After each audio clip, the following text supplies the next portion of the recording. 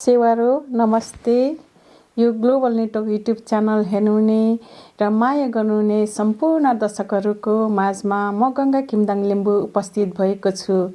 यो global network YouTube channel हेर्नुहुने माया गर्नुहुने दर्शकहरूलाई लाइक, सेयर, सब्स्क्राइब र कमेन्ट पनि गरिदिनुहोला भनेर विनम्र अनुरोध गर्दछु। तपाईहरुको कमेन्टले यो ग्लोबल नेटवर्क युट्युब च्यानललाई अगाडि बढाउने ठूलो ऊर्जा मिलिरहेको छ। यो ग्लोबल नेटवर्क युट्युब च्यानलको मेन अब्जेक्टिभ्स भनेको हिस्ट्रीलाई एक्सप्लोर गर्ने, कल्चरलाई प्रोटेक्ट गर्ने, प्रमोट गर्ने र सभ्यतालाई बचाऊ भन्ने हो। यो ग्लोबल नेटवर्क युट्युब च्यानल हेर्नुहुने, माया गर्नुहुने, संसारभरि छर्नु भएको दर्शकहरूले कमेन्ट र सल्लाह सुझाव दिइराख्नु भएको छ र यो ग्लोबल नेटवर्क युट्युब च्यानल हेर्नुहुने, माया गर्नुहुने दर्शकहरूको कमेन्ट र सल्लाह सुझावले यो ग्लोबल नेटवर्क युट्युब च्यानललाई अगाडि बढाउने ठूलो ऊर्जा मिलिरहेको छ। हाम्रो प्रोग्रामलाई सम्पूर्ण दर्शकहरूले हेर्नु चाहनुहुन्छ भने लिङ्कको तल बेल आइकन छ, बेल आइकनलाई क्लिक गरिदिनु होला र हामीले जतिखेर पनि हामीले प्रोग्राम र भिडियो पोस्ट गर्छौँ तपाईहरुले नोटिफिकेसन पाउनुहुनेछ र हाम्रो प्रोग्रामलाई तुरुन्तै हेर्न सक्नुहुनेछ। दाउने विचार थियो। अब महेन्द्रजीले तेराएर हात उठाउनु भयो अनि विष्णुदत्त दाई भर्खर एक निन्द्रा फेरि सुतेर आइयो कि क्या विष्णु दाई? विष्णु दाई प्लिज, विष्णु दाई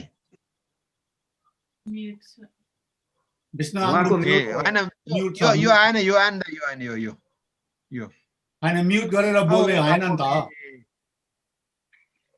यो आएन के यो के यो म्युट छ दाइ। दाइ म्युट छ विष्णु दाइ हजुरको। अब भयो, ले सुन्यो,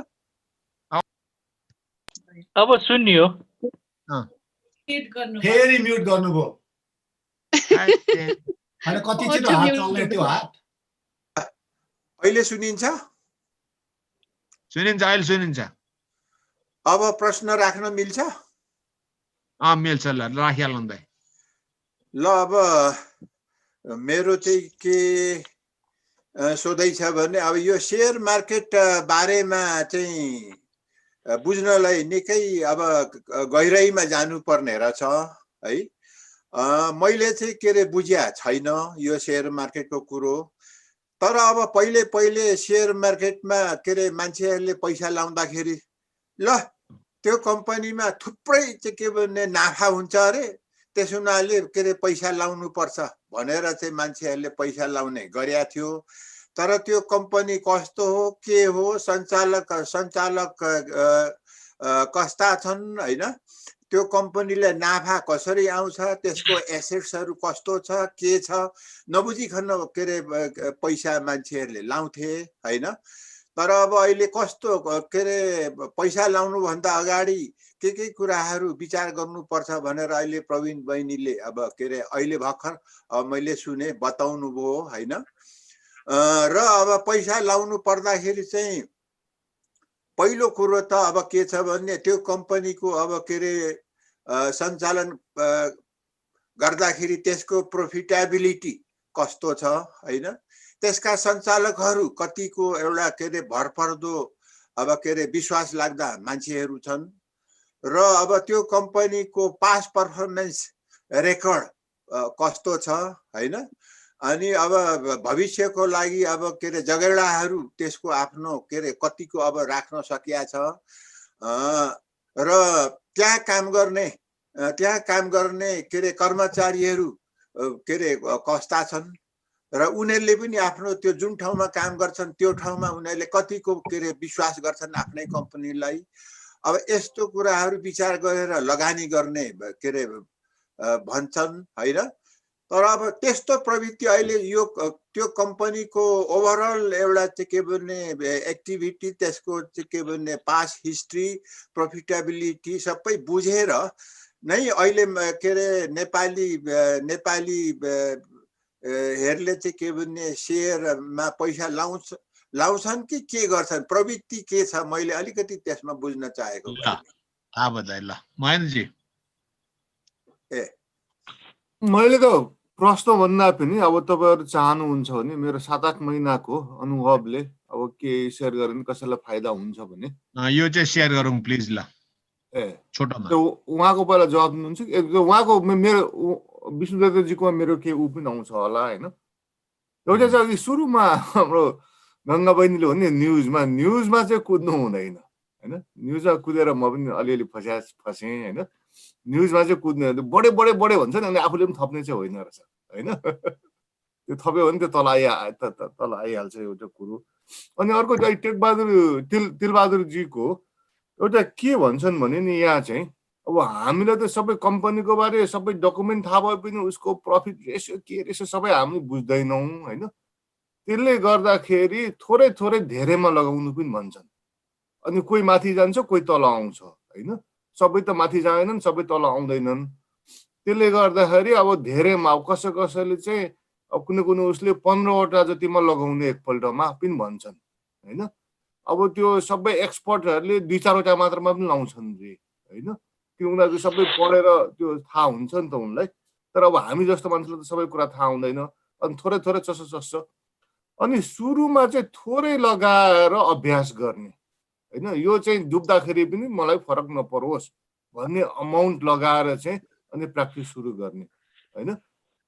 अनि अब रिस्क एसेसमेन्ट आफ्नो कुरो हुन्छ होला। अनि मारोङजीलाई अनुभव अब हामीसँग तास खेल्न सुरु गर्नुहोस् अनि तपाईँको क्षमता वृद्धि हुन्छ है। अनि अर्को कुरो अब प्रिन्सिपल चाहिँ अब यहाँ चाहिँ वारेन बफे सबभन्दा फेमस इन्भेस्टर हो होइन। उसको प्रिन्सिपल चाहिँ झरेको बेला किन्नु भन्छ होइन। झरेको बेला दाम सत्य झरेको बेला किन्नु भन्छ। अनि झरेको त अब त्यो कम्पनी बिग्रेर किनेको झरेको पनि हुनसक्छ नि। त्यसले गर्दा मैले चाहिँ के गर्ने गरेको छु भने त्यो झरेको बेला कम्पनीको बारे म हेर्छु क्या। त्यो विभिन्न यहाँ त अमेरिकामा त थुप्रै एनालिस्टहरूले रेटिङ गरेर आउँछ वेल नोन कम्पनीहरूलाई। उनीहरूको ओभरअल रेटिङ के छ होइन। कम्पनी सलिड कम्पनी भनेका छन् कि कम्पनीको बारे उनीहरूको रेटिङ नराम्रो छ कि होइन। अनि त्यो न्युज पढ्ने किन झर्यो त। कहिले कस्तो हुन्छ भने एउटा परिघटनाले झर्छ होइन।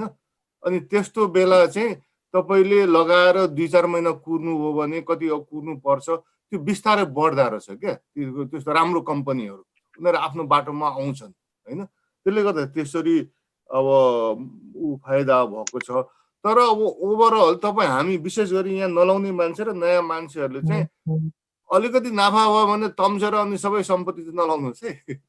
किन यो .com बबलमा मैले मेरो साथीहरूको अब व्यवहारिसित नभनु अब बिचराहरूको निन्द्रा हराम क्या। ऋण काटेर गरेर अब .com बबलमा त्यो कम्प्युटरहरू पहिला जाग्दाखेरि मान्छे यति बजार बढे न्युज आएको आयो अनि आफू अछुतो बस्नु सकिन्न नि। अनि मान्छेले ऋण काटेर ल्यायो भरे जुम झर्दाखेरि अनि मान्छेको पेन्सन गायब सबै गायब होइन। त्यसले गर्दाखेरि विशेष सुरु गर्नेहरूले चाहिँ थोरैबाट अनुभव सिक्नुहोस्। र पछि पनि अब यहाँ अमेरिकामा त अब एउटा फाइदा के छ भने विभिन्न यो उहरू पब्लिक ऱ्याङ्किङ सिस्टमहरूबाट तपाईँहरू कोही मेम्बरसिप लिन पनि सकिन्छ। कोही तपाईँले त्यो इन्भेस्ट गरिसकेपछि त्यो तपाईँको ब्रोकरेज होइन अनलाइन ब्रोकरेज फर्मबाट पनि त्यो इन्फर्मेसनहरू पाइन्छ। मैले चाहिँ विशेष हेर्ने चाहिँ मैले लगानी गरेको कम्पनीमा चाहिँ कम्पनीले टिप ऱ्याङ्क्स भन्नेको एउटा दिन्छ।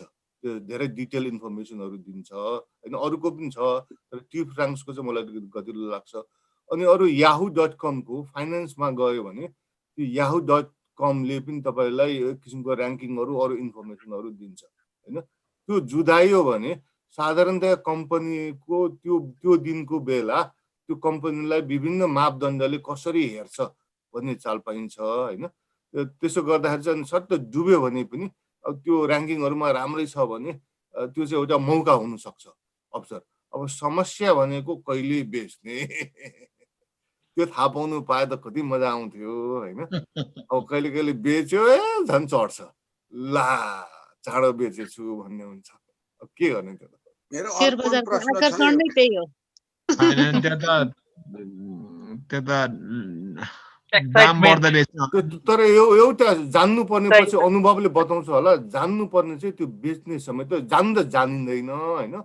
जान्नु त जानिँदैन त्यो तर त्यो बेच्ने समयमा अलिकति आइडिया लिन सक्यो भने चाहिँ अब फाइदा बढ्छ। तर त्यो आइडिया अब मेरो विचारमा आइडिया छैन होला के, आइडिया भयो त सबै धनी अब यसो गरौँ, अब यो चाहिँ खेलाडीका खेलका अनुभव भाइ, यो कुरा भनेर यसको जवाब पाइँदैन। अब 50 पैसा पोइन्ट नखेलिकन 10 रुपियाँ पोइन्ट खेल्छु भनेपछि त्यो त डुबिहाल्छ नि त। पहिले त अब 8 आनाबाट सुरु गर्नु पर्यो नि त। ल अब यसमा धेरै यो एज एन एक्सपर्ट प्रवीणजीले जवाबै दिनुपर्ने त्यस्तो केही छ जस्तो लाग्दैन मलाई। मेरो चाहिँ जिज्ञासा छ एउटा। दाइको जिज्ञासा अघि चाहिँ प्रवीणजीले भनेको सबै भन्नुभयो, अब चाहिँ जिज्ञासा आयो दाइ, लु प्लिज तपाईँको जिज्ञासा भनिहाल्नुहोस्। ल जिज्ञासा चाहिँ के छ भने अब यो के अरे अब महेन्द्रजी मारुहाङजी अब अरूलाई थाहा हुने नै भयो। के छ भने अब नर्थ अमेरिका भन्नाले अब हामी युएसए र क्यानाडालाई भन्छौँ होइन। नर्थ अमेरिकामा चाहिँ के छ भने अब ठुला ठुला अब फाइनेन्सियल इन्स्टिट्युसनहरू छन् र अब के अरे सरकारमा काम गर्नेहरूको आफ्नो के अरे पेन्सन स्किमहरू हुन्छ, कतिपय कम्पनीमा काम गर्नेहरूको पनि आफ्नो के अरे पेन्सन स्किमहरू हुन्छ। र अब यसलाई के अरे क्यानाडाको रेफरेन्स मा कुरा गर्नु पर्यो भने अब अहिले यहाँ चाहिँ के भने दुई किसिमले मान्छेले लगानी गर्छ। एउटा रेजिस्टर्ड इन्भेस्टमेन्ट भन्छ होइन, र एउटा अनरेजिस्टर्ड इन्भेस्टमेन्ट भन्छ। अब रेजिस्टर्ड इन्भेस्टमेन्टमा चाहिँ अब सरकारले आफ्नो इम्प्लोइलाई जुन चाहिँ के अरे पेन्सन के अरे दिने हुन्छ, अब सर्टेन पर्सेन्टेज अब त्यो इम्प्लोइले लाउँछ, सर्टेन पर्सेन्टेज नेपालको सञ्चय कोष भने जस्तै अब सरकारले थपिदिएर त्यो इन्भेस्टमेन्ट चाहिँ सरकारले जहाँ भन्छ त्यहाँ लगानी गर्ने हो है। त्यस्तै किसिमले कम्पनीहरूमा पनि कुनैले चाहिँ अब के भने भनौँ न 4% अर्थात् 5% के अरे लगाइदिने, त्यो कम्पनीले पनि आफ्नो चाहिँ के भने स्यालेरीबाट 4% 5% के अरे थपेर त्यो पैसा चाहिँ कम्पनीले कहाँ भन्छ त्यो ठाउँमा अब के अरे लगानी गर्ने हो। अब यसरी चाहिँ के अरे पेन्सनको ऊ चाहिँ बन्छ, के अरे को स्किम बन्छ। अनि अब त्यस्तै किसिमले जुन ठाउँमा चाहिँ के भने कम्पनीले त्यसरी पैसा के अरे दिँदैन होइन, पैसा लगाइदिँदैन भने चाहिँ सरकारले चाहिँ भविष्यमा अब सरकारको अब आर्थिक दायित्व कम होस् र त्यो व्यक्तिलाई अब के अरे सरकारले पछाडि के अरे पेन्सन दिँदा ओल्ड एज सेक्युरिटी ओल्ड एजमा चाहिँ के अरे पैसा कम दिनु परोस् भनेर यहाँ चाहिँ के भन्छ भने रेजिस्टर रिटायरमेन्ट सेभिङ प्लान भन्ने छ एउटा। त्यो चाहिँ के छ भने आफ्नो तलबबाट के अरे पैसा निकालेर कुनै एउटा फिनान्सियल इन्स्टिट्युटमा लगानी गर्ने हो। त्यो चाहिँ अनि के छ भने साना साना अब डिपोजिटरहरू भनौँ न, साना साना अब के अरे लगानीकर्ताहरू सबैलाई जम्मा पारेर अनि म्युचुअल फन्डले क्यापिटल मार्केटमा के अरे पैसा अब लगाइदिन्छ। त्यसो गर्दाखेरिको एउटा फाइदा चाहिँ के छ भने अब सेयर मार्केटमा अब के अरे हाम्रो हैसियत पुग्दैन, जसले चाहिँ अब के अरे मिलियन्स डलर लगाउनेलाई मात्रै त्यो क्यापिटल मार्केटले मान्यता दिन्छ, साना साना लगानीकर्ताको पैसा पनि लिँदैन। त्यस हुनाले साना साना लगानीकर्ता को पैसा चाहिँ जम्मा पारेर ठुलो एमाउन्ट पारेर अनि त्यो के अरे म्युचुअल फन्डहरूले क्यापिटल मार्केटमा पैसा लाउँछन् होइन।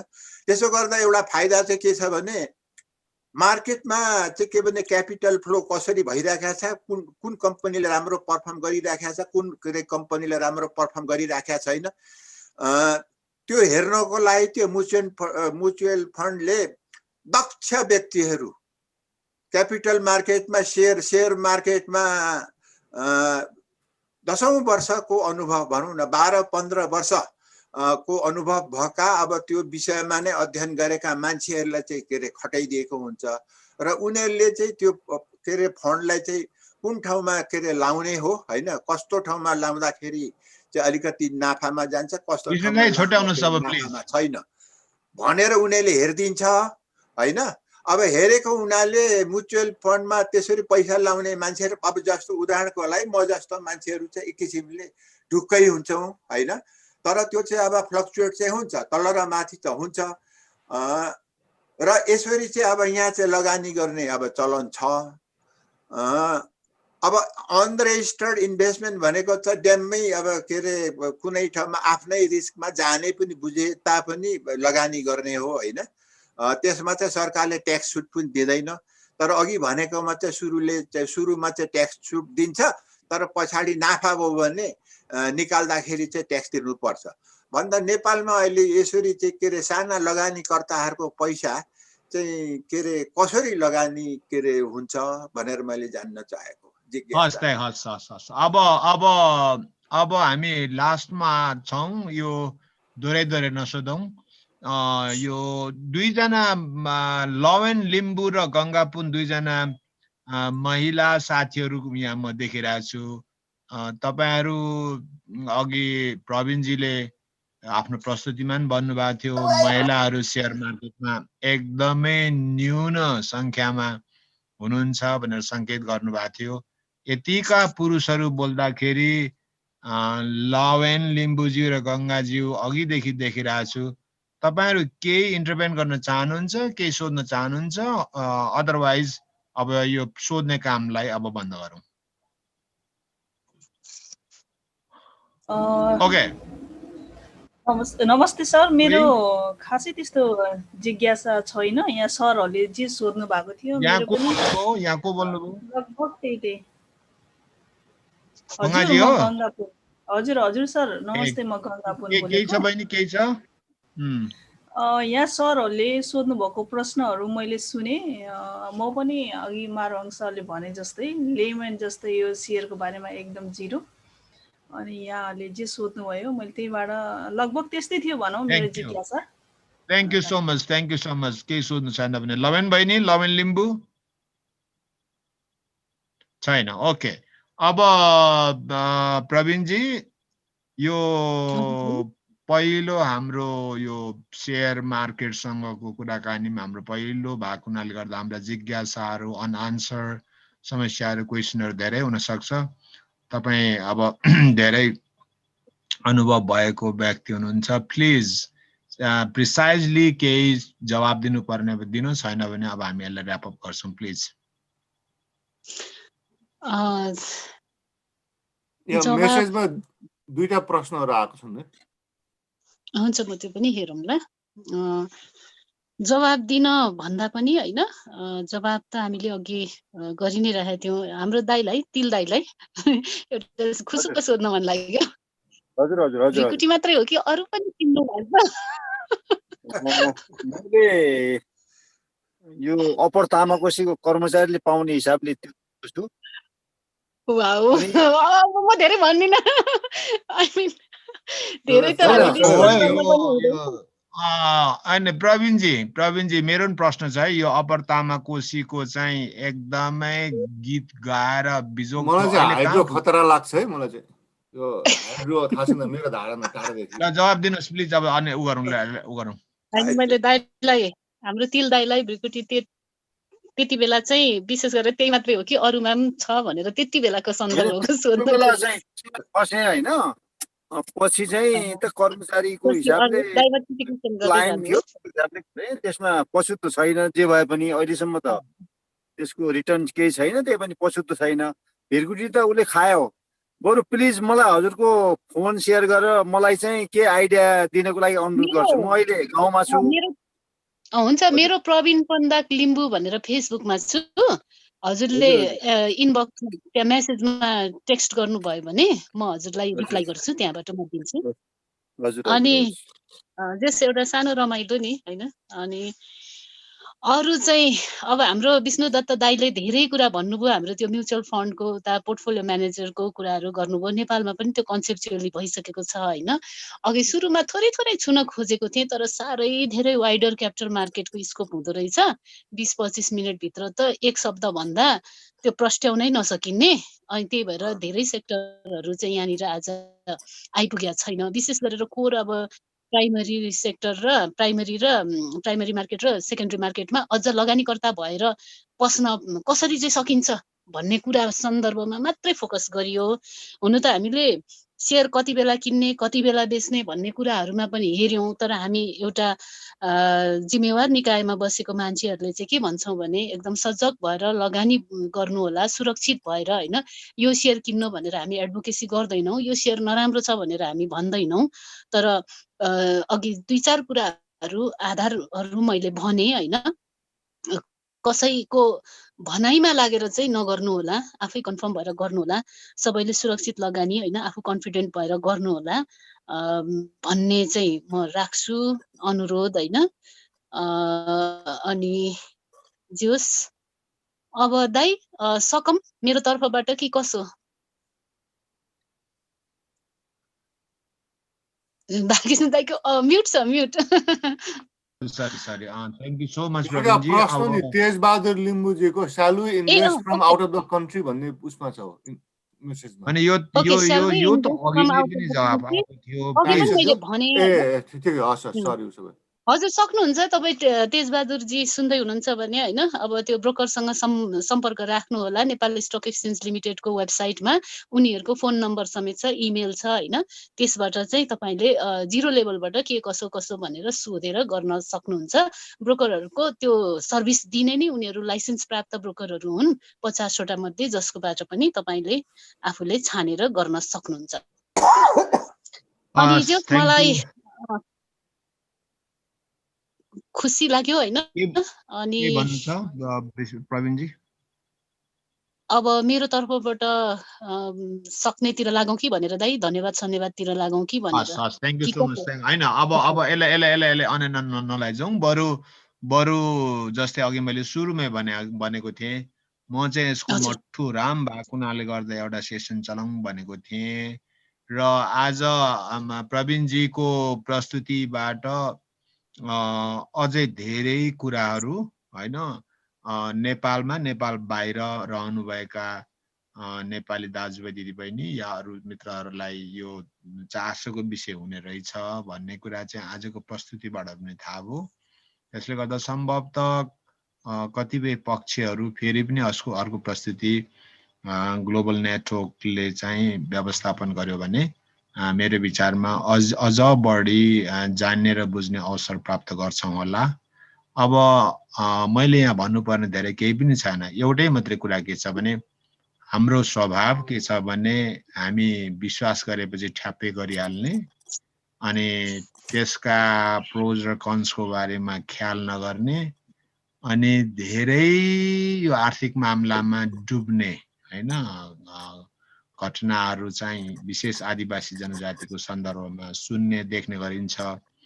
त्यो चाहिँ हाम्रो आफ्नो व्यक्तिगत कमी कमजोरी पनि होला, स्वभाव जान्ने कुरा पनि होला, संस्कृति र सभ्यताको कुरा पनि होला, अनि यो स्टेटको अथवा मार्केटका नयाँ कुराहरूको बारेमा थाहा नपाएर पनि होला। त्यसले गर्दाखेरि प्रवीणजीको प्रस्तुतिमा सबै कुराहरू सङ्केत भएको छ। यसमा इन्ट्रेस्ट हुने मित्रहरूले अरू सिरियसली यसलाई फलोअप गर्दै जाने अथवा जानकारी लिँदै जाने, लगानी गर्दै जाने, अनि स्पेकुलेसन्सहरू आफूले गर्ने, भइराखेको हेर्ने सुन्ने कुराहरू हुँदै जान्छ होला। अब यति भनेर म बिदा मागे। अब रिक्यापको लागि प्रोफेसर अर्जुन नुगुजी हुनुहुन्छ। अर्जुन सर तपाईँ आइसक्नु भएको छ नि होइन? आए हो म पनि। प्रवीणजीलाई पनि के भन्ने, प्रवीण बहिनीलाई पनि के भन्ने विचार थियो जस्तो लाग्छ अन्तिम। होइन उहाँले भनिसक्नु भयो होइन प्रवीणजी? केही छ? तपाईको म्युट छ। फाइनली भन्ने हुँदा भनेको ठ्याक्क हाम्रो डाक्टर साहबले मेरो मनकै कुरा भन्नुभयो होइन। Thank you. विशेष गरेर जोस् आज हाम्रो मारङ दाई अनि गङ्गा म्याडम लगायत होइन दाईहरू सबै यहाँनिर उपस्थित हुनुभएका सबैजनालाई म धेरै धेरै जस हार्दिक आभार व्यक्त गर्दछु। साथ दिनुभयो, आफ्नो अनुभव सेयरिङ गर्नुभयो। म यो सेक्टरको विज्ञ त होइन, तर मैले अब हजुरहरूको प्रश्नको उत्तरबाट अथवा प्रश्नबाट धेरै कुरा मैले जान्ने मौका पाएँ। अनि त्यसै गरी आफ्नो सेक्टरको अनुभव, आफूले भोगेका कुराहरू पनि सेयर गरिदिनु भयो होइन। मलाई त्यो धेरै एउटा आइडियाहरू अझ जस नजिकबाट जान्ने मौका पाएँ। मलाई खुसी लाग्यो। यो प्लेटफर्मको लागि उपलब्ध गराएर मलाई यसरी जोडिनको लागि एकदम अवसर दिनुभएकोमा दाईहरू, मारुङ दाई, अर्जुन दाई, बालकृष्ण दाई, अनि अब हाम्रो डाक्टर मण्डल दाई लगायत सबैजना, गङ्गा म्याडम लगायत सबैजनाहरूलाई र सुनिदिनुहुने सबैलाई चाहिँ अनि प्रश्न राखिदिनु हुनेहरूमा विशेष गरेर हार्दिक आभार व्यक्त गर्दछु। र अब फेरि हामी भेट्ने मौका मिलोस् होइन, यति भन्दै म बिदा माग्छु। Thank you. सेवा। Thank you so much Rabinji. ल मेरो पाला आएको बालकृष्णजी। हेलो हेलो, तपाईको पालो हो। आयो आयो आयो आयो आयो अर्जुनजी। ल के अरे, सर्वप्रथम त अब एकदमै सरल स्पष्ट ढङ्गले यस्तो क्लिष्ट विषय हो। अब अघि पनि आयो धेरै कुराहरू, मठुरामदेखि लिएर लेमेनसम्म कुरा आयो। यस्तो जमातमा अब कति चाहिँ बुझ्ने साथीहरू हुनुहुन्छ, उहाँहरूलाई स्पष्ट ढङ्गले बुझाउनु भयो, नाइसली प्रेजेन्ट गर्नुभयो। त्यसको लागि एकदमै धन्यवाद हाम्रो प्रेजेन्टरलाई। अब मेरो इम्प्रेसन चाहिँ यो अहिलेसम्म यो ग्लोबल नेटवर्कमा हामीले अहिलेसम्म अलिकति परम्परागत होइन, आफ्नो यो जाति, भाषा, धर्मसँग सम्बन्धित विषयहरूमा कुरा गर्थ्यौँ। त्योभन्दा अलिक फरक ढङ्गको, अलिकति छुट्टै, तर हामीसँग हाम्रो यो दुनियाँसँग चाहिँ प्रत्यक्ष सरोकार राख्ने विषय, इकोनोमीको एउटा पाटोसँग चाहिँ छलफल गराउने जुन आयोजक साथी हाम्रो मारवाङ अनि गङ्गा किमदाङले चाहिँ उहाँले यो अवसर दिनुभयो, त्यसको लागि एकदमै धेरै धेरै धन्यवाद।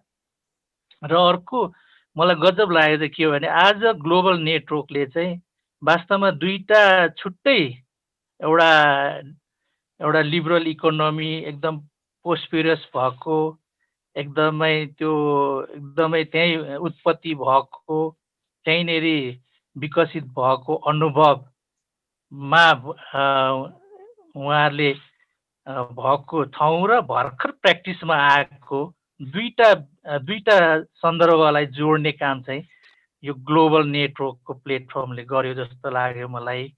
मैले भनेको चाहिँ नर्थ अमेरिका, युके त्यस्ता क्षेत्रहरूमा यो विषयमा लागिरहेको साथीहरू, अलिकति इन्भल्भ भइराख्ने साथीहरू जुन अनुभवहरू सेयरिङ गर्नुभयो, त्यसले पनि एउटा छुट्टै किसिमको एउटा होराइजन, एउटा विषयवस्तुलाई फराकिलो बनाउने पनि हामीले अवसर पायौँ।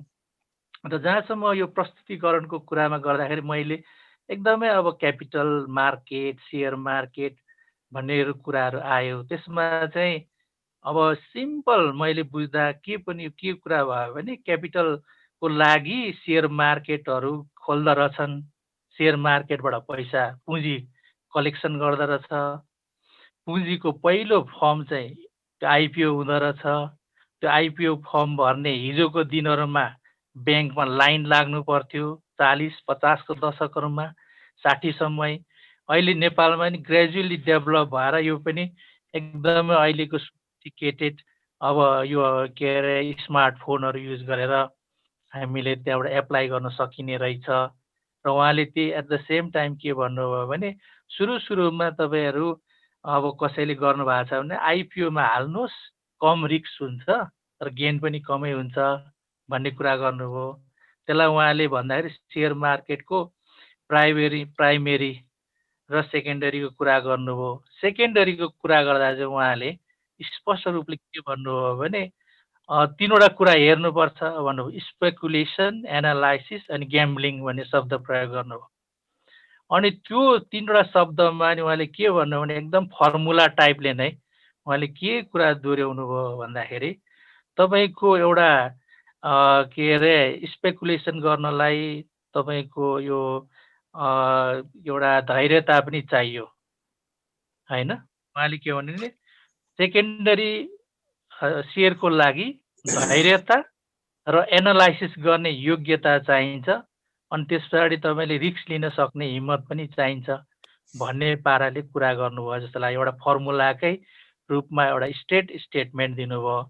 त्यसले गर्दा सेकेन्डरी सेयरको लागि चाहिँ यो तीनटा कुरा स्पेकुलेसन गर्ने अनि त्यहाँदेखि एनालाइसिस गर्ने ग्याम्बलिङ गर्ने त्यो रिस्क लिने क्षमता पनि डेभलप भएको हुनुपर्छ जस्तो कुराहरू गर्नुभयो उहाँले। अनि त्यस पछाडि अहिले यो हाम्रो मेरो सेयर भनेर जुन आधिकारिक रूपले नेप्सेले नै सञ्चालन गरेको एउटा त्यो प्लेटफर्म हो, त्यहाँबाट लगाउँदा पनि सुरक्षित हुन्छ। अरूबाट थुप्रै छ त्यस्ता ठाउँहरूबाट त्यो लगइन गरेर अहिले अब विभिन्न प्रावधानहरू छ हैन, त्यो हेरेर तपाईँहरूले जहाँबाट पनि गर्न सकिन्छ भन्ने कुराहरू गर्नुभयो। र एउटा कुरा चाहिँ उहाँले यही एट द सेम टाइम क्वेसनहरू एन्सरहरू हुँदाखेरि अब हरेक पक्षको एउटा डार्क र ब्राइट साइड भने जस्तै अब डार्क साइडमा चाहिँ अलिकति यो अब यो अनुगमन गर्ने रेगुलेट गर्ने निकायहरू हुँदाहुँदै पनि त्यहाँ केही ल्याप्सेसहरू हुन्थ्यो। पहिला बढी थियो, अहिले कम भएको छ। त्यसले गर्दाखेरि यतापट्टि गभर्मेन्टको हिसाबले रेगुलेसनको हिसाबले रिस्क कम छ, तर अब फ्लक्चुएसन त्यो अब सेकेन्डरी खास गरी सेकेन्डरी मार्केटको कुराहरूमा चाहिँ उहाँले त्यो कुराहरू राख्नुभयो। अब पार्टिसिपेसनको कुरामा उहाँले डाटा वाइज नै जिल्लाको दिनुभयो। अब यहाँ रसुवाको पनि किन बढी भयो भन्ने कुरा गर्दाखेरि मैले आफै सोचेँ उहाँले प्रस्तुत गर्दै रसुवाको चाहिँ त्यो सेनचेन रसुवागढी हाइड्रो पावरहरूले गर्दाखेरि त्यहाँको प्रत्यक्ष प्रभाव पर्नेहरूलाई त्यहाँनिर चाहिँ बढी प्रिभिलेज दिएर उनीहरूलाई चाहिँ इन्करेज गरेको, उनीहरूलाई एउटा क्षतिपूर्ति स्वरूप उनीहरूलाई दिएकोले गर्दा त्यो बढेको हो कि। ताप्लेजुङमा पनि 8000 जस्तोको डाटा आयो, त्यो पनि अरुण काबेली भनेर त्यहाँनिर दिएको थियो, त्यसले गर्दा पनि बढेको हो कि। र अहिले अब जुन किसिमले यो सेयर मार्केटको बजारको फैलावट छ त्यो चाहिँ बिस्तारो अहिले अलिकति त्यसको एउटा विस्तार हुँदै गएको जस्तो देखिन्छ। र हिजोको दिनमा त्यस्तो थिएन। हिजो चाहिँ अब यो लाइन लाग्नुपर्ने नपर्ने हैन, एकदमै बढी उ थियो अनि गाह्रो थियो। कलेक्सन गर्नु पनि कहिले बोनसहरू बढ्थ्यो, त्यो बोनस पनि प्रत्यक्ष फिजिकल्ली गएर नै ब्याङ्कमा गएर आफूले कलेक्सन गर्नुपर्ने यावत कुराहरूले गर्दा अलिकति हेरेसमेन्ट जस्तो पनि थियो। त अहिले त्यो यो टेक्नोलोजीले गर्दाखेरि यो अहिले इन्टरनेट यो फेसिलिटीले गर्दाखेरि त्यस्ता कुराहरू चाहिँ कम भएको छ घरैबाट पनि। अनि त्यही सन्दर्भमा अहिले महेन्द्र लाउतीले नै भन्नुभयो पेन्डेमिकको बेलामा मैले पनि लगानी गर्न थालेँ भन्नुभयो।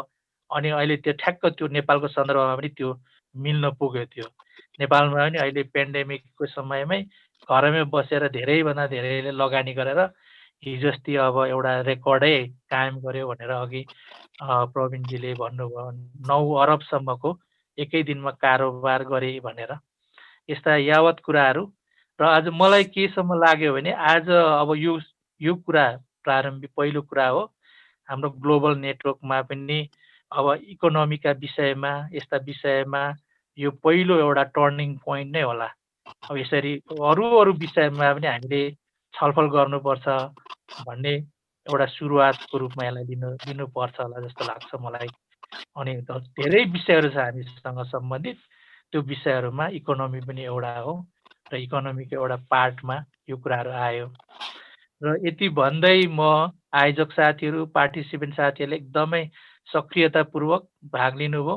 हाम्रो यो अन्डरस्ट्यान्डिङको आधारमा कोही धेरै यो सेयर बजारमा निकै अनुभव प्राप्त गरिसकेको, नाफा पनि खाइसकेको जस्तो लाग्यो। महेन्द्र लाउती होइन, उहाँ हाम्रो किन्दाहाङहरूको कुरा सुन्दाखेरि, विष्णु दत्त दाईको कुरा सुन्दाखेरि अब हामीलाई चाहिँ अब यो बारेमा अलिकति भोक जाग्यो। अब यो पनि पो रहेछ है पाटो केही गर्ने। मेरो एउटा बेलामा चाहिँ नाफा भएको छ, खाएको चाहिँ छैन। त्यो भएकोले गर्दाखेरि अब यो फेरि पनि धन्यवाद, बधाई, एकदमै राम्रो गर्नुभयो। सरल तरिकाले जटिल विषयलाई प्रस्तुत गर्नुभयो र हाम्रो ज्ञानको भण्डार यो क्षेत्रमा पनि अलिकति विस्तार गर्न सहयोग पुर्याउनु भयो। त्यसको लागि प्रेजेन्टर, आयोजक साथीहरू सबैलाई मेरो तर्फबाट धेरै धेरै धन्यवाद। हस्, thank you so much Arjun Limbuji. अब काठमाडौँमा अर्को हप्ताको लागि अनाउन्समेन्ट गरौँ। त्यो अघि भने एकपल्ट पछि पनि साथीहरू आउनुभयो। हाम्रो झुमा बहिनीले हिजो मात्र प्रपोजल मलाई पठाउनु भएको छ होइन, त्यसले गर्दा भोलि कि पर्सि बिहान मलाई फोन गर्छु भन्नुभएको छ नेपालको। अनि त्यसपछि सायद हामी अर्को शनिबारको प्रेजेन्टेसन पछि 10:30 कति बजे सिद्धिएला होइन रेगुलर प्रेजेन्टेसन, त्यसपछि त्यो झुमा बहिनीको प्रपोजलको बारे अब के चर्चा गर्न सक्छौँ कि। अनि जो अस्ति इन्ट्रेस्ट देखाउनु भएको छ तपाईँहरू र अन्य नयाँ साथी इन्ट्रेस्ट देखाउने साथीहरूलाई आइदिनुको लागि हार्दिक अनुरोध गर्छु। अनि खालि यो नयाँ भोकाहरूलाई मेरो एउटा है, मैले सुनेको एकपल्ट भेरिफाई गर्नुहोस् है, हाइड्रोले पारा दिँदैन भन्ने सुनेको थिएँ है, सल्लाह बुझ्नुहोस्। त्यसले गर्दाखेरि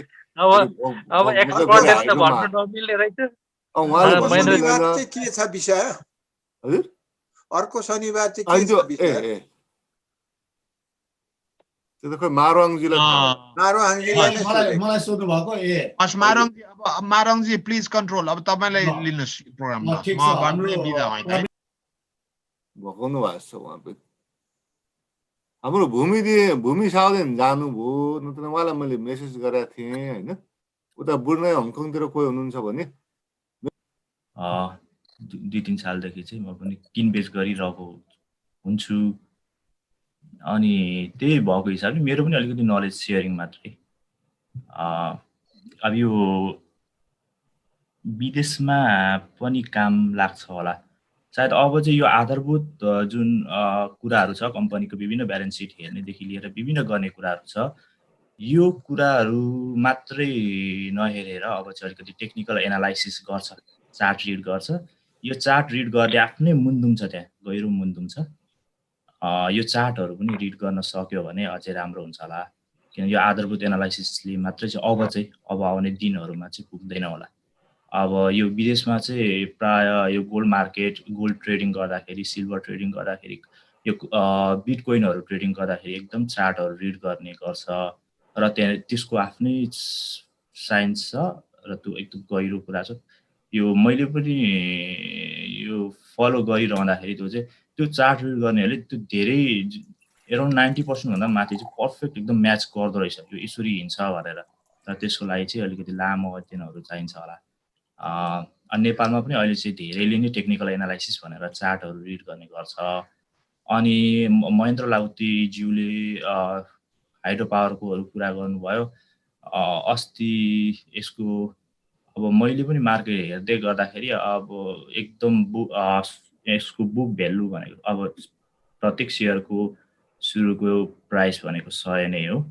अनि एक समय अहिले भन्दा 4-5 महिना 6 महिना अगाडिसम्म पनि यस्तो थियो कि अवस्था हाइड्रोको 70, 80, 50 मा पनि प्राइस पाइने। तर अहिले 81 के भइदियो नि, यो चाहिँ मार्केटको यो फ्लोलाई पनि बुझ्नु सक्नुपर्छ। अनि अहिले चाहिँ के भइदियो भन्दाखेरि अब त्यो कटेर कहाँ पुग्यो, 100 अब 50 को थियो 60 को थियो भने त्यो कटेर 100 आउने यस्तो भयो। यो धेरै एकदम अब खेलाडीले खेल्यो, कसले खेल्यो, अब के खेल्यो थाहा भएन।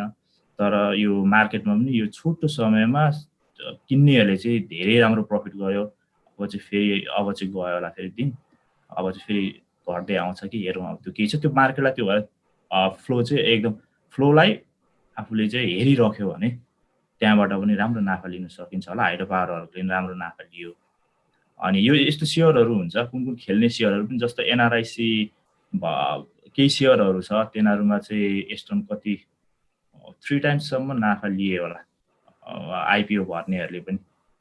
मैले चाहिँ आइपिओ भरेर पाएको थिएँ। एउटा एनआरआइसी भन्ने एउटा बिमा छ, रिइन्सुरेन्स छ, त्यसको चाहिँ मैले 100 रुपियाँ गरेको थिएँ। अस्ति मैले बेच्दाखेरि 1500 क्रसमा मैले बेचेँ। तर अब आइपिओमा धेरै चाहिँ पर्दैन, यो चाहिँ अनुभवको कुराहरू पनि आउँछ। यो अब नयाँ मान्छेहरू धेरै हुनुहुँदो रहेछ, नेपालमा हुनेहरूले कतिको सुन्दै हुनुहुन्छ, वा नेपालमा आइपिओ भर्नु खोज्नेहरूले कतिको सुन्दै हुनुहुन्छ। प्रायः चाहिँ अब 10 किता यो 10 गरेर बाँड्ने कारणले गर्दाखेरि एकचोटि सर्लक्कै सबैलाई 10 बाँड्छ। यो नपुग्ने केसमा यो के भन्छ यो नम्बर गरे थुत्दै यो चिठा जस्तो गर्ने यो गर्छ, अनि कतिलाई पर्छ। यो अब सुरुमा मैले एकचोटि अब नजान्दाखेरि चाहिँ मैले जस्तो 50 किताको लागि भरेँ, तर त्यतिको लागि अहिले चाहिँ आवश्यक छैन। 10 किताको लागि आइपिओ भर्दाखेरि हुने केसहरू छ। अब जो नयाँ आइपिओ भर्दै हुनुहुन्छ उहाँहरूको लागि 10 किता 20 किता यस्तो चाहिँ क्यालकुलेसन गरेर भर्नुभयो भने उहाँहरूलाई आइपिओ भर्नेलाई सजिलो हुन्छ। अनि त्यसपछि यो म्युचुअल फन्डको एकजना आदङ्गले कुरा गर्नुभयो। नेपालमा चाहिँ मेरो अनुभव चाहिँ के छ भन्दा त्यो राम्रो कुरा हो म्युचुअल फन्डतिर इन्भेस्टमेन्ट गर्दाखेरि। अब इन्टरनेसनलमा त के छ मलाई थाहा भएन, तर मेरो नेपालको आफ्नो अनुभवले गर्दाखेरि मैले यो भन्नु पर्दाखेरि चाहिँ खासै प्रोफिटेबल मैले चाहिँ देखिनँ, हुँदैन, कम हुन्छ। बरु तपाईँले ब्याङ्कहरूतिर कतातिर बरु फाइनेन्सहरूतिर फिक्स डिपोजिट गर्नु बरु अलिक धेरै पाउनुहुन्छ होला। मैले चाहिँ म्युचुअल फन्डतिर खासै देखिनँ। त्यो चाहिँ म्युचुअल फन्ड जो सञ्चालक छ उनीहरूलाई चाहिँ यसो जागिर खुवाउने मेलो मात्रै हुन्छ होला नेपालमा चाहिँ, नेपालको केसमा चाहिँ। अनि मैले भन्न चाहिँ त्यति खोजेको थिएँ। हाम्रो के अरे खेसे नाम कसरी उच्चारण हुन्छ के अरे हाम्रो? खेसे नै भन्छ। हजुर हजुर खेसे नै भन्नुहोस् न। खेसे हो। हजुर। अब म चाहिँ 3 छक्क परे तपाईँको कुरा सुनेर है। भन्नाले 100 रुपियाँको सेयर चाहिँ तपाईँले 1500 मा बेच्नुभयो भने होइन? कति वर्षमा? लगभग 1600 कति भन्नुभयो? अनि यो आइपिओ आएको त रिइन्सुरेन्सको आइपिओ आएको त मलाई लाग्छ 6-7 महिना अगाडि आएको है, कति महिना अगाडि आएको। वर्ष दिन पनि छैन त्यो त धेरै राम्रो हो। अझै राम्रो थाहा हुन्छ होला। त्यो त यहाँ त नर्थ अमेरिकन उसमा त अकल्पनीय मानिन्छ त्यसलाई यत्रोभरि होइन। त्यो चाहिँ अब आइपिओ हो, आइपिओ त्यस्तो धेरै हुँदैन, फेरि अब धेरै पर्दैन।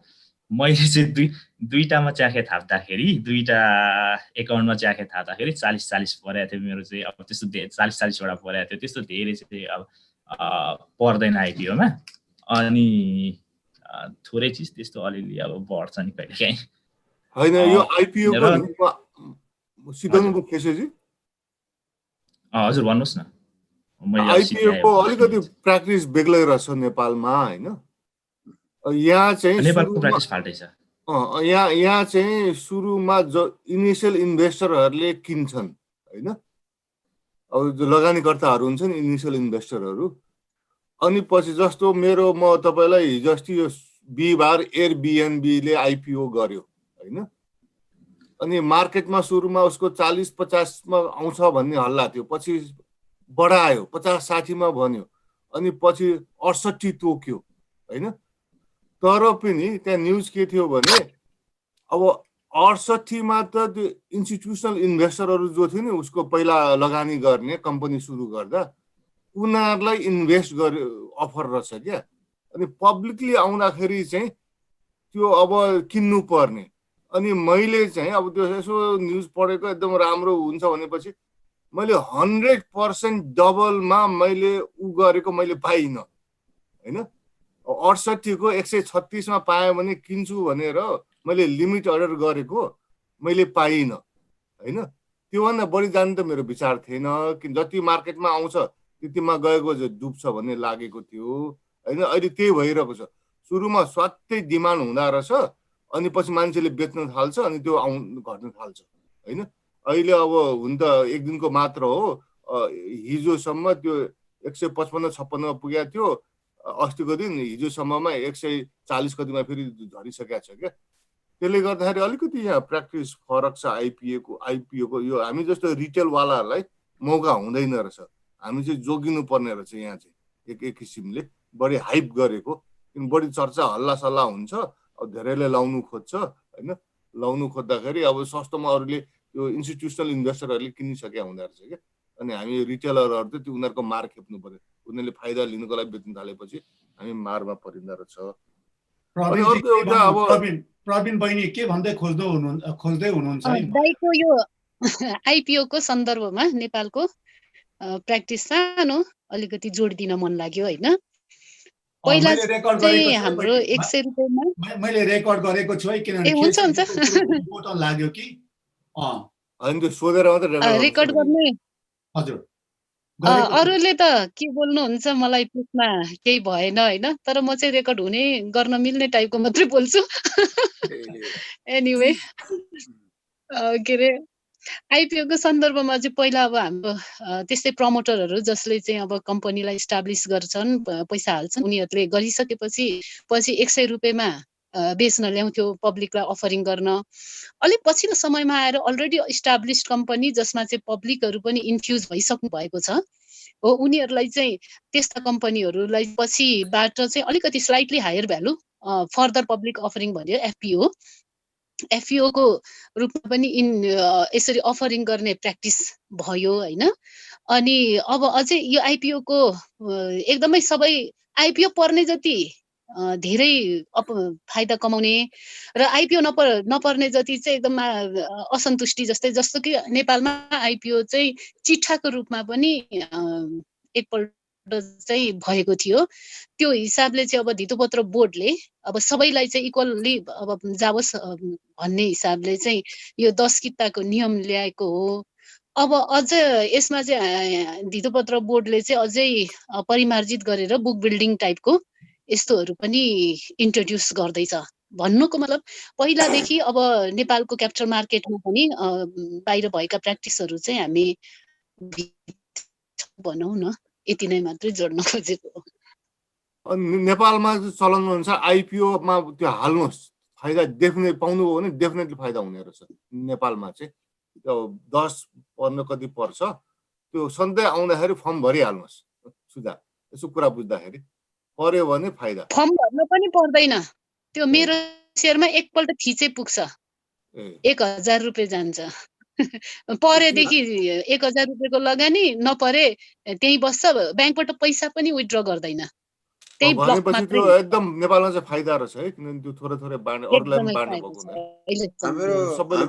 हाम्रो के अरे खेसे भाइले चाहिँ के अरे लगानी त बरु ब्याङ्कतिर गर्दाखेरि पनि हुन्छ भन्नुभयो होइन।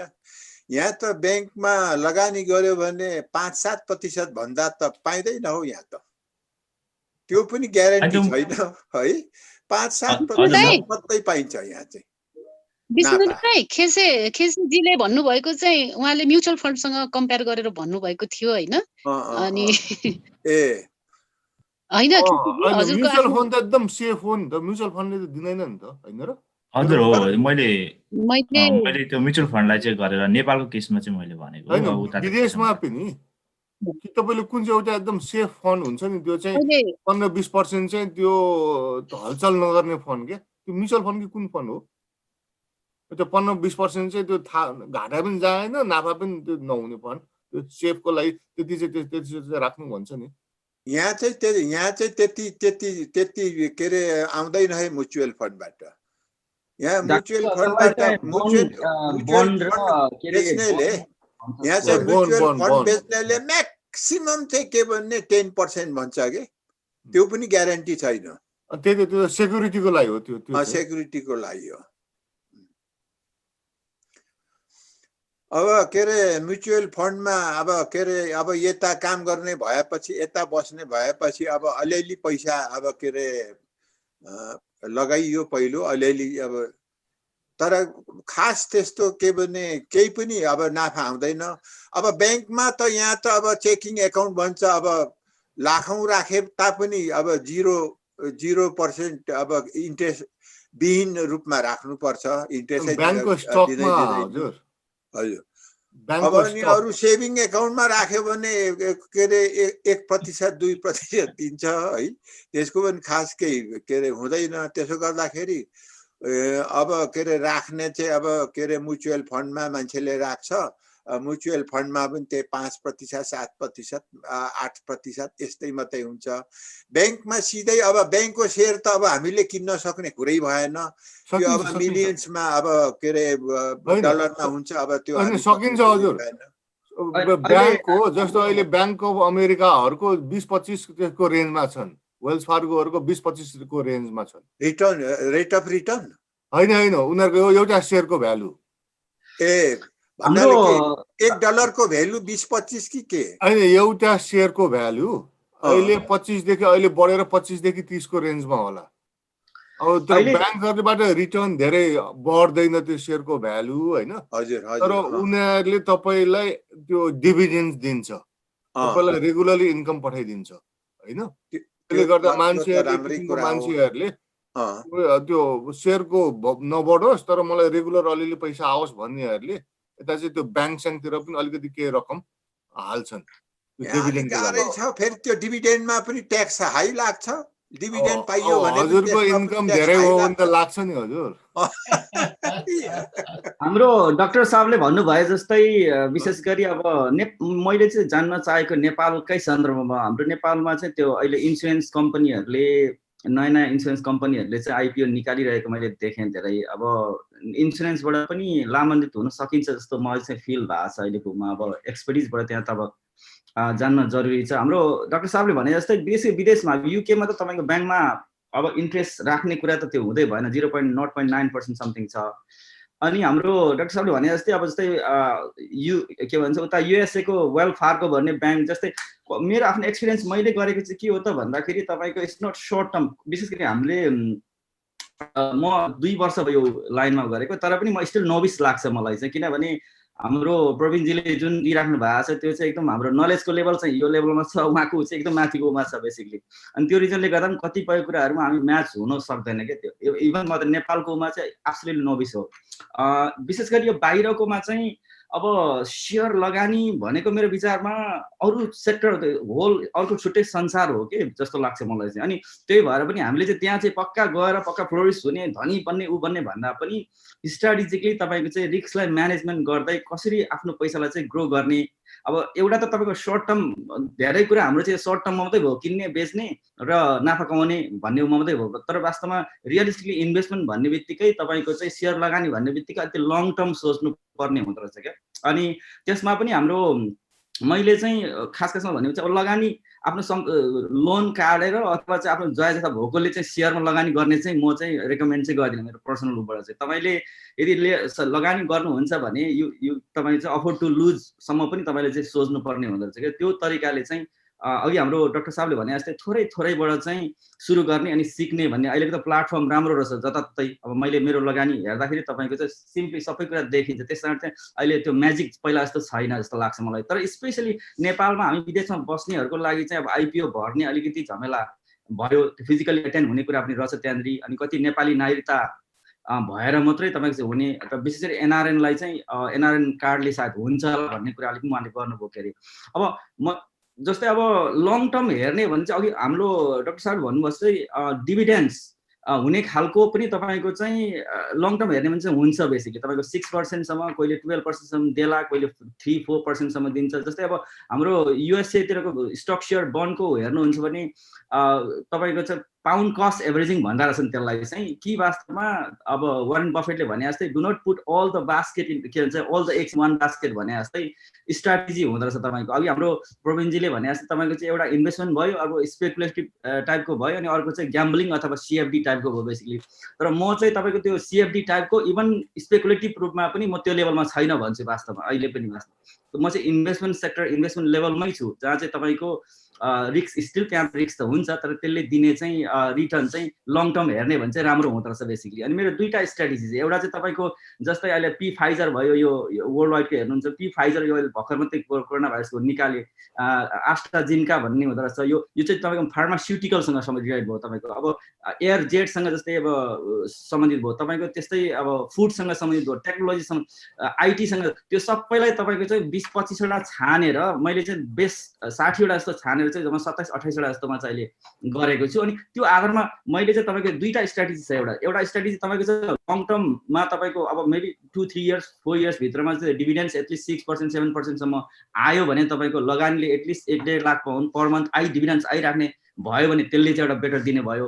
अनि अर्को त एट द सेम टाइम अब जस्तै वेल फार्गो जस्तो ब्याङ्कहरू अब यहाँकै HSBCहरू जस्तो भयो, अब नेपालको पनि चार्टर स्ट्यान्डर्ड जस्तो भयो, वर्ल्ड वाइड के भन्छ इन्सुरेन्स कम्पनीहरू भयो, तिनीहरूबाट चाहिँ तपाईँको दिने डिभिडेन्ड्सहरूले राम्रो पनि छ अनि तिनीहरूको over the period of time pound cost average चाहिँ कहिले घट्छ कहिले बढ्छ, सुनको भ्यालु घटे जस्तै बढ्दो रहेछ। अनि त्यो स्ट्राटेजीले चाहिँ तपाईँको इभेन्चुली हामीले लङ रनमा हामीले घाटा पनि जाँदैन, एट द सेम टाइम तपाईँले चाहिँ उको प्राइस पनि बढ्दै जान्छ अनि लङ टर्ममा चाहिँ तपाईँलाई फाइदा हुन्छ। बेसिकली सर्ट टर्म हेर्ने भने चाहिँ you can lose overnight. Basically तपाईँको अब सर्ट टर्म हेर्ने भने चाहिँ जस्तै अब अहिले टेस्लाको हेर्नुहुन्छ भने, एमाजोनको हेर्नुहुन्छ भने, इभन तपाईँको यो अहिले हामीले गरिरहेको जुमको हेर्नुहुन्छ भने तपाईँको जुमको हिजोस्ति त्यो 7 महिना अगाडि मैले यसमा पनि थोरै लगानी गरेको थिएँ। 7 महिना अगाडि तपाईँको चाहिँ 37-38 उक्सिहाल्नु भएछ नि त। त्यसले तपाईँको चाहिँ कति अब हेर्नुहोस् न, टेस्लामा पनि तपाईँको चाहिँ विदिन 2 months भित्रमा तपाईँको एउटा सेयरको 1600-2800 पाउन्डसम्म चाहिँ बढेको थियो कि बेसिकली। अनि त्यो चाहिँ सर्ट टर्मको लागि एग्रेसिभ इन्भेस्टमेन्ट भयो क्या त्यो चाहिँ। अब त्यो हाम्रो मान्छेले चाहिँ धेरै नेपालमा पनि एग्रेसिभ गर्छन् तर थाहा हुँदैन कि बेसिकली। अनि हाइड्रो पावर भनेको पनि तपाईँको रिस्क फ्याक्टर हेर्नुहुन्छ भने लेभल 17 सम्म रहेछ क्या बेसिकली।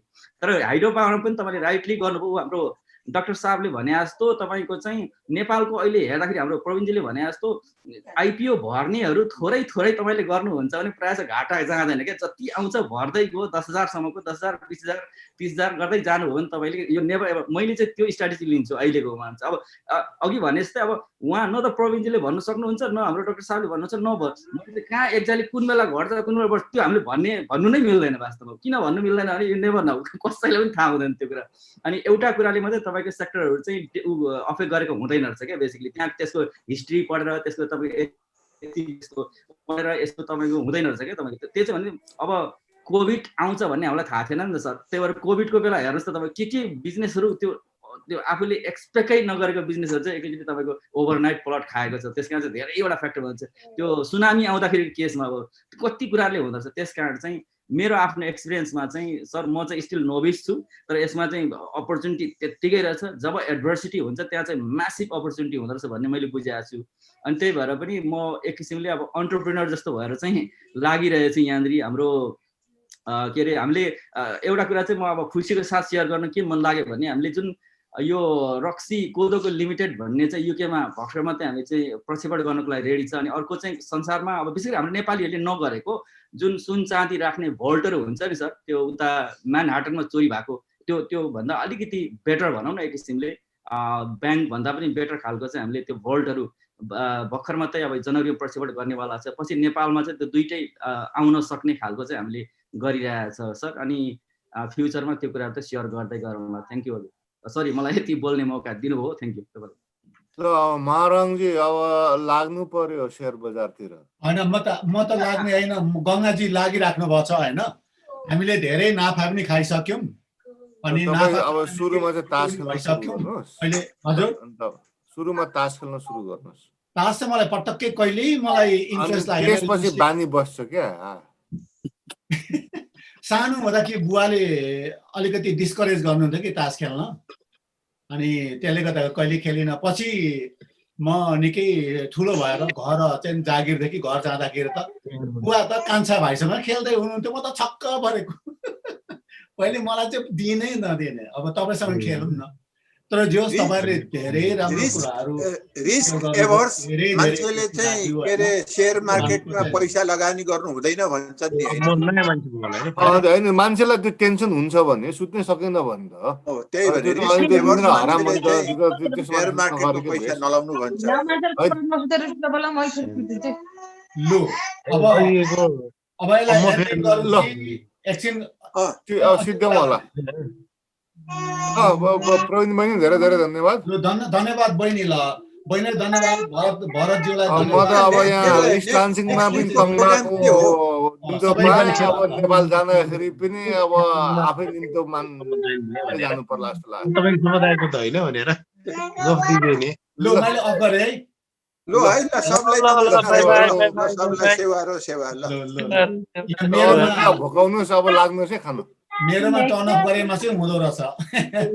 आजको प्रोग्रामबाट यो ग्लोबल नेटवर्क युट्युब च्यानल हेर्नुहुने सम्पूर्ण दर्शकहरूको माझबाट म गङ्गा किमदाङ लिम्बू बिदा लिनु चाहन्छु। बिदा लिनुभन्दा पहिला यो हाम्रो ग्लोबल नेटवर्क युट्युब च्यानललाई लाइक, शेयर, सब्सक्राइब र कमेन्ट पनि गरिदिनुहोला भनेर विनम्र अनुरोध गर्दछु। हाम्रो प्रोग्रामलाई सम्पूर्ण दर्शकहरूले हेर्नु चाहनुहुन्छ भने लिङ्कको तल बेल आइकन छ, बेल आइकनलाई क्लिक गरिदिनुहोला र हामीले जतिखेर पनि हामीले प्रोग्राम र भिडियो पोस्ट गर्छौँ तपाईँहरूले नोटिफिकेसन पाउनुहुनेछ र हाम्रो प्रोग्रामलाई तुरुन्तै हेर्नु सक्नुहुनेछ भन्दै आजको प्रोग्रामबाट म बिदा लिन चाहन्छु। नमस्ते, सेवा र